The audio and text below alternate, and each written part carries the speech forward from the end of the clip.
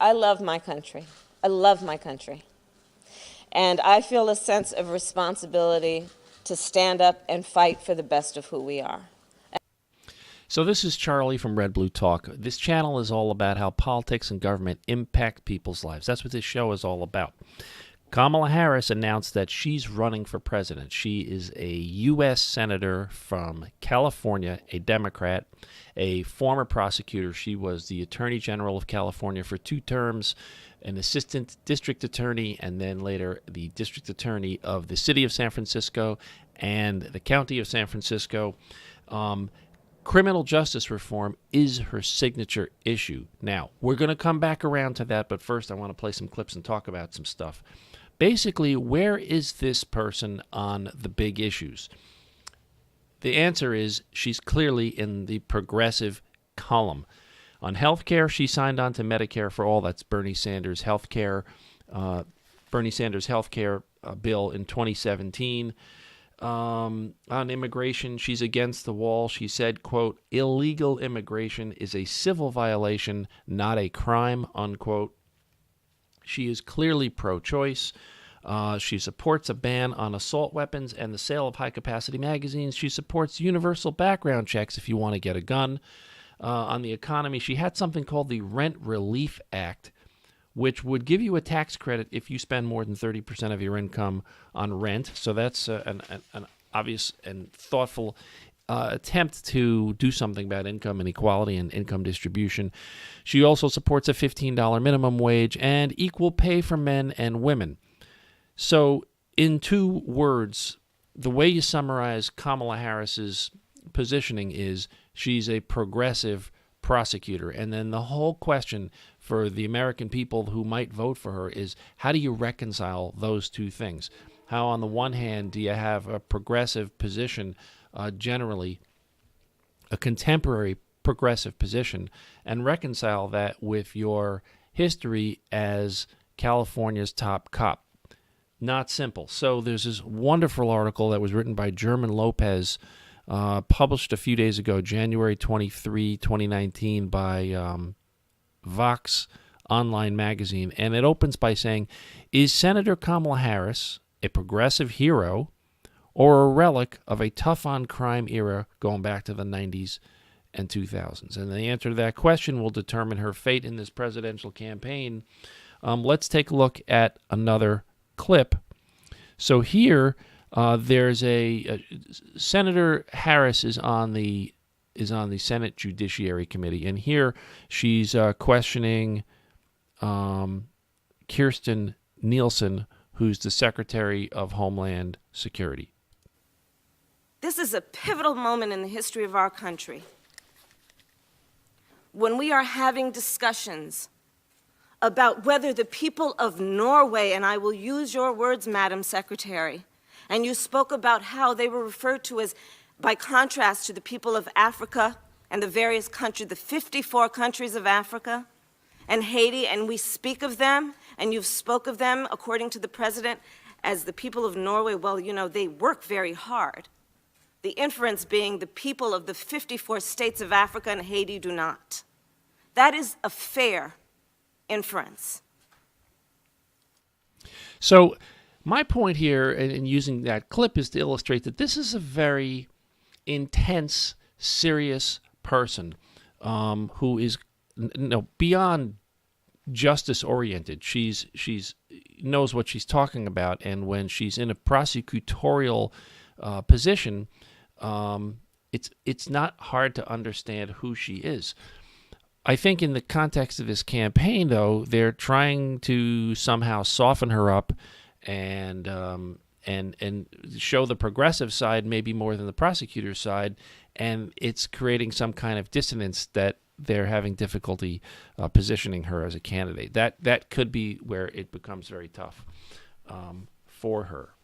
So Lily Adams is this lady right here. Lily Adams is Kamala Harris's communications director, and apparently she has a resume that dates back to the Hillary Clinton campaign. She said in this Fox article, Kamala Harris spent her career fighting for reforms in the criminal justice system and pushing the envelope to keep everyone safer by bringing fairness and accountability.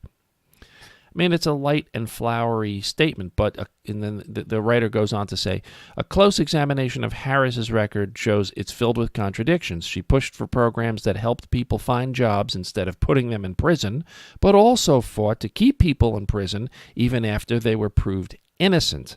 She refused to pursue the death penalty against the man who killed a police officer, but also defended California's death penalty system in court. She implemented training programs to address police officers' racial biases, but resisted calls to get her office to investigate certain police shootings.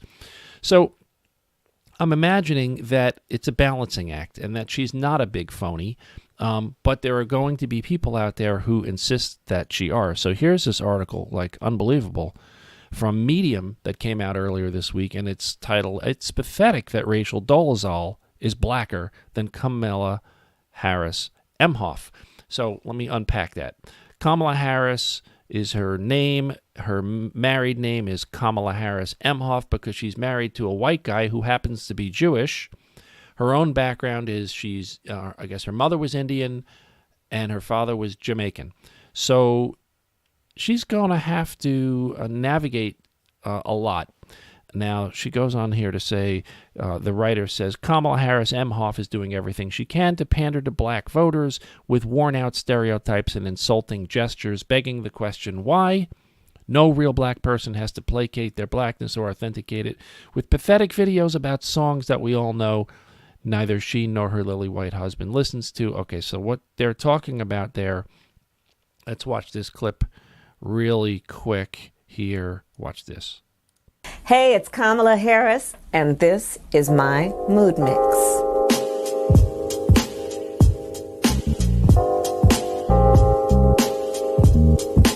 A song that has always made me dance. Check the rhyme, A Tribe Called Quest. You know I'm talking about Fife.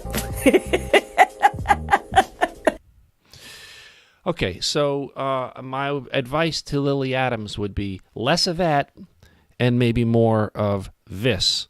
This is a serious discussion where Kamala Harris is being interviewed by The Breakfast Club, which is a radio internet show, and she talks about her background having attended a historically black college and university. Let's check this out. You know, you mentioned, of course, we went to HBCUs. How important is the HBCU? Because we got away from it a couple of years ago. Yeah. And I'm looking at a lot of the colleges, and attendance and enrollment is low. So how important is HBCU to you and especially black families? Let me tell you, I am who I am today for two reasons. Because of my mother and the family I was raised in, and Howard University and HBCU. What you and I know, when we walked onto that campus for the first time, we were surrounded by people that look like us. Everywhere, everybody. You walk onto, and I'll just speak about Howard, but I know Hampton is the same. You walk onto that campus, you can look over one area and you will see a bunch of young African Americans who are students who are in the business school walking around with briefcases. You look over at another area and they're walking around in leotards because they're in the School of Fine Arts. The football captain and star and the homecoming queen and the debate team, and there are sororities and fraternities. And what you learn at an HBCU is you do not have to fit into somebody's limited perspective on what it means to be young, gifted, and black.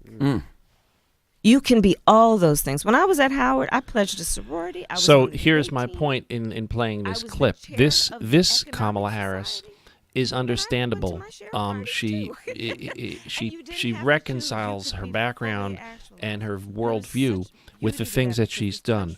The Vox article makes an interesting point here. The Vox article talks about how, as she became more nationally visible, Harris was less known as a progressive prosecutor as she had been earlier in her career, and more like a reform light or even anti-reform attorney general. Now critics have labeled her a cop or a sellout for a broken criminal justice system. I don't think she's a sellout. I think she needs to be more like this Kamala Harris, so that the world gets to know her as a serious person and as the progressive prosecutor that she is. That's not a simple thing. She has to kind of find a way to weave together these worlds. She's from multiple worlds. She's worked in multiple worlds. She's been effective in multiple worlds. Not many people can say that, and she needs to say that for herself. And then I think she can have a very effective presidential campaign. She could be president of the United States. This is a super intelligent, trustable person of depth. Now, she introduced a bail reform bill with Senator Rand Paul that would encourage states to reform or replace their bail systems. She teamed up with Cory Booker and Tim Scott to introduce a bill that would for the first time make lynching a federal crime, which is apparently in the criminal justice reform world, that's a very important thing. And yeah, that's kind of her story. Criminal justice reform is her signature forward-facing issue. She shouldn't back off from it. So I would say to this Lily Adams person, don't worry about whether she points with her finger or the ends of her knuckles. That's not what's going to get the American people to believe and trust her. What's going to get the American people to believe in her and to trust Kamala Harris is an understanding of how she was able to reconcile the world of the progressive with the world of the prosecutor. Don't apologize for it. Don't try to hyper-rationalize it. Explain it for what it is. And I think people will definitely connect with her story. So one more clip here. When the Brett Kavanaugh Supreme Court Justice nomination thing was going on, she had a very visible role. And let's see that Kamala Harris. Kasowitz, Benson, and Torres, which is the law firm founded by Mark Kasowitz, who is President Trump's personal lawyer. Have you had any conversation about Robert Mueller or his investigation with anyone at that firm? Yes or no? Well, is there a person you're talking about? I'm asking you a very direct question, yes or no? I need to know I'm not sure I know everyone who works at that law firm. I don't think you need to. I think you need to know who you talked with. Who'd you talk to? I don't think I'm not remembering, but I'm happy to be refreshed, or if you want to tell me who you're thinking So of who works. are you saying that with all that you remember, you have an impeccable memory? You've been speaking for almost 8 hours, I think more, with this committee about all sorts of things you remember. How can you not remember whether or not you had a conversation about Robert Mueller or his investigation with anyone at that law firm? This investigation has only been going on for so long, sir. So right, please I'm not answer sure. the question. I'm just trying to think. Do I know anyone? And that's the key. She needs to follow her own advice. Answer the questions. If people ask you, how were you able to be a progressive and a prosecutor, answer that question. Why are you in favor of bail reform, but you did this and you argued that on behalf of the state of California? Explain why it happened. Don't weave and bob. Just say what happened. Because this Kamala Harris is a highly credible, highly intelligent person who you could potentially vote for president because she looks like somebody I could trust. That's really the bottom line on this. We're all looking for somebody that we can trust to vote for president. And my hunch is that Kamala Harris is more than catching fire. She's written her second book. There's going to be a lot more where this came from. And on Monday evening, she's going to be on a town hall on CNN. So Red Blue Talk is all about how politics and government impact people's lives. At Red Blue Talk is the best way to reach me on Twitter. RedBlueTalk.com is where I post everything that I do. And on Twitter, on YouTube, YouTube.com. And, of course, on Facebook at Facebook.com/RedBlueTalk. So join me next time. If you like this clip mode of working, let me know. I can do more of these, and I want to get back to recording some interviews with local people as well. Thanks for tuning in, and I'll see you on the next video and audio and podcast. Bye.